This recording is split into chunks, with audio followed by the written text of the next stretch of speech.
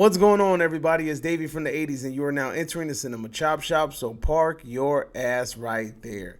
And while you're there, don't forget to hit the like, the share, and the subscribe button. Also, if you check the link below, you'll see a Patreon account. You click it, you can become a member. All you got to do is try, recommend movies and music and trailers for me to react to, so click the link. Now, with that being said, we are here today to review Cobra Kai Season 4. We're doing the entire thing. I'm not doing the episode by episode thing because it feels like a waste of time. So I binged this show yesterday with my wife right before New Year's, and Happy New Year's to you all. And let's go ahead and get into this review or overview of the season. Now, I was worried coming into this series because last season was very lackluster. I mean, to say the least. Like, last season didn't do it for me. After last season, it did so much of a bad number on me that I was actually debating whether or not I wanted to come back. I didn't really feel like there was anything more for me to watch. But boy, was I wrong. This season really just redeemed itself in the biggest fashion. Like, I mean, coming from last season where it really felt like storylines were being forced, it really felt like it was just hard to get through the season. Like, it felt like a chore to get through the season. Like, even though they tried to play up the nostalgia and they tried to give us like all the little tidbits and things like that, season 3 was just, I don't know, like it shouldn't even be considered within this realm of this TV series, because season 3 was bad. And I mean that, like, with all due disrespect, like, that shit was bad. But season 4 comes in on a better note, way better note. So, as you guys know, the season 4 is all about Miyagi-Do and Eagle Fang teaming up, trying to take down Cobra Kai. And Cobra Kai, John Kreese, feels like he needs to get a little bit of help, so he enlists the help of his old friend Terry Silver, right? We know this. This is in the trailer. These things have been revealed already. Don't try to act like you didn't know this, right? If you didn't know, Terry Silver is one of the main antagonists from Karate Kid 3, you know? And he actually did a really good job. Now, coming into this, I was really skeptical because of the way that the OGs were treated in last season. It really felt like the OGs were kind of treated like, I don't know, like kind of just like props, you know, like, oh, look who's here. Cool, right? Yeah, you know, and then they really don't add anything significant to the story. They're not really important pieces to the story, and they're just there for like pop value, you know? But Terry Silver, at the beginning, I was really feeling like, damn, like, it's really pointless to have this guy here, you know? And throughout, as it kept going on and the storyline kept progressing and the layers of the onion started to get peeled, I started to understand, okay, this is really, Terry Silver's like, okay, I see where he fits in. He's starting to do it. He's starting to make me care. He's starting to make me like him. You know, he's starting to make me feel like he's an integral piece to this story. You know, as the story keeps progressing and going on, you really start to appreciate him a lot more. By the conclusion of this series, Terry Silver is going to blow you guys away. He does, like I said, his addition to the show, although to me was kind of like all fan servicey, now I'm like, yes, it was needed. I can definitely see what they were doing by bringing back his character, and it makes absolute sense. So kudos to them for doing it. Kudos to him for coming back. Kudos for him to knock it out the park and keeping the character true to himself. Now, I do have a problem with this season. I feel like John Kreese's character is not who he was the previous season. And that, to me, that's kind of weird, because it's like you kind of play this person up to be like this evil, sadistic person, and all of a sudden you start to have him do things that kind of like are uncharacteristic, or things that we have come to not expect from him. So it gets kind of weird throughout the season, because it feels like John Kreese is kind of taking like a back seat, but not really a back seat in this season. And I don't know, like I said, at the conclusion of the series, I like the direction that they're going. But one of the things, like I said, I feel like they were kind of like iffy and kind of muddy when it comes to Kreese's character, right? Some things they got right, but it was just one thing that they did about his character that I just didn't agree with. I felt like it was uncharacteristic, especially from what we've seen last season, right? Moving along, everybody else comes into this season guns blazing. Robbie does a really good job. Miguel does a really good job. Everybody's acting skills are on par.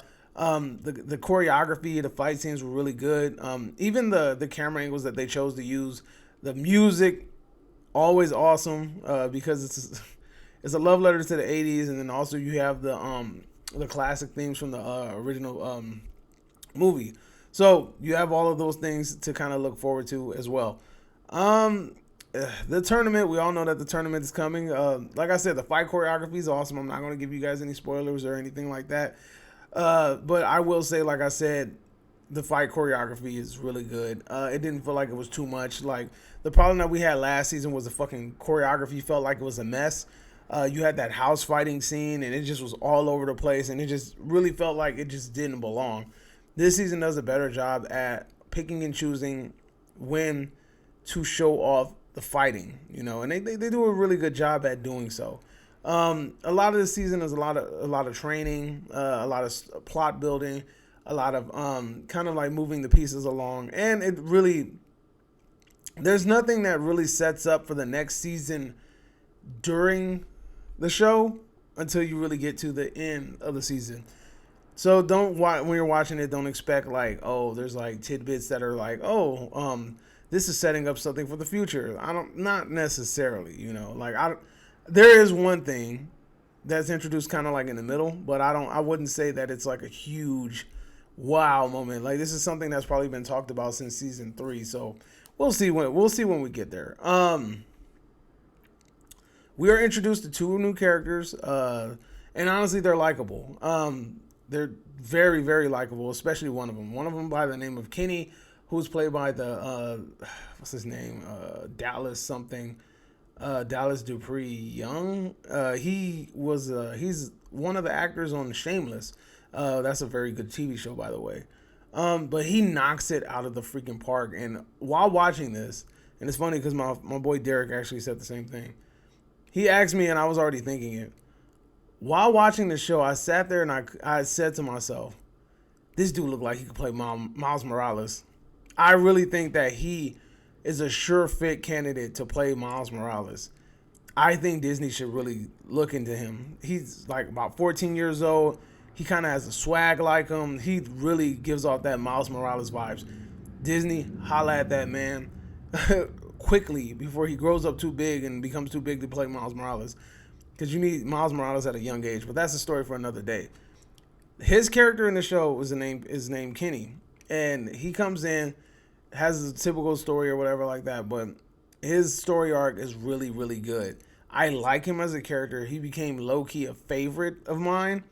And I want to see more of him. And it's one of those things where it's like, I'm just hoping that they continue to keep his character on the board and he becomes an integral piece later on down the road, which I feel like he will.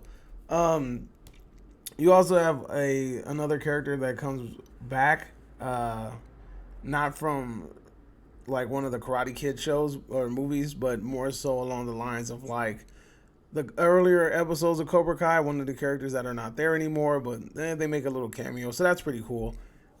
People that are really, really followers of the show are going to enjoy that. All in all, like I said, the writing in this season was a lot better. I think their bread and butter is really going along with the fighting tournaments and not that downtime in between, because I feel like the downtime in between is really what gets boring, because they have to come up with storylines in order to entice or intrigue the audience. And I feel like they really struggle to do that, like during those downtimes. But honestly, season 4 might be the second best season of Cobra Kai. I would need to go ahead and rewatch season 2, but this is either on par or better than season 2. And like I said, I have to go back and check it out. But this was a really, really good season. Like, good character development, great new characters, great additions. Freaking Kreese is a menace, Silver's a menace. They do like, every time they're on the screen, dude, they own it. Everybody's acting is just top notch. Choreography, top notch. Music, top notch. This season is really, really good. I binged it all in a day. And the problem that I had with the other season is that it felt like it had like a lot of filler. This one didn't feel like it had filler. Like, there was rarely a moment where I sat there and I was just like, they're just doing this to like, to fill in the void, Like, we had plenty of those, like Danny going to Okan, LaRusso going to freaking Okinawa and then running into like his old crush and shit. All that shit was filler last year, but this we don't have that filler this year, which to me, that's something dope. I really appreciated that. This season does a really good job at all of that. Um, I'm going to slightly go. So honestly, well, let me give you this show this year, this season. It's a really good season. I love the characters. Everything was great. You need to stop what you're doing. Go watch it if you haven't done so already. Simple 10 episodes, 30-40 minutes a piece. The final episode, episode 10, great.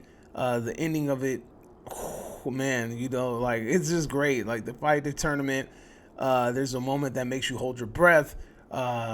There's uncertainty, like just so much. I can't really go into extreme detail without spoiling things for you, but you should. This is definitely something that you guys should check out. Now what I'm going to do right now is I'm going to go into some slight spoilers. So if you have not seen the show already, you might want to go ahead and exit out of the Cinema Chop Shop. And I appreciate you staying here for that long.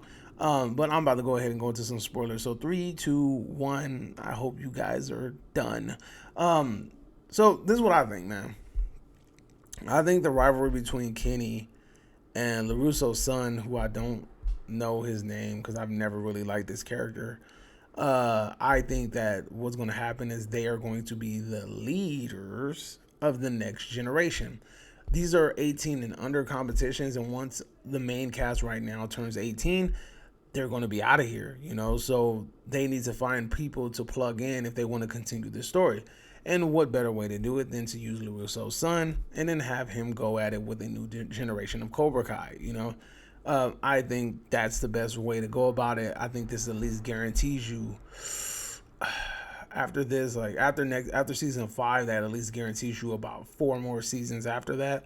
So we're looking at maybe 9 seasons total if they go that route, which is probably what they're going to go with. I will say this, that the storyline is very predictable in this season, but that's a good thing. I knew that Kenny's brother was going to be the dude that was locked up in jail with Robbie. I knew that. But sometimes predictability isn't a bad thing, because what it's saying is us, the fans, are picking storylines that we feel like make the most sense, and the writers also did that as well. What you have sometimes in cinema or movies, what they'll do is they'll try to like, oh, that's too predictable, or that's too generic. We can't do that. We got to go a different route because it's boring. It's not really boring. They went a good typical route, that made the most sense, and it made the story progress a little bit better. So kudos to Kenny, dude. He became one of my favorite characters after he got his ass beat by Rob. That shit was funny.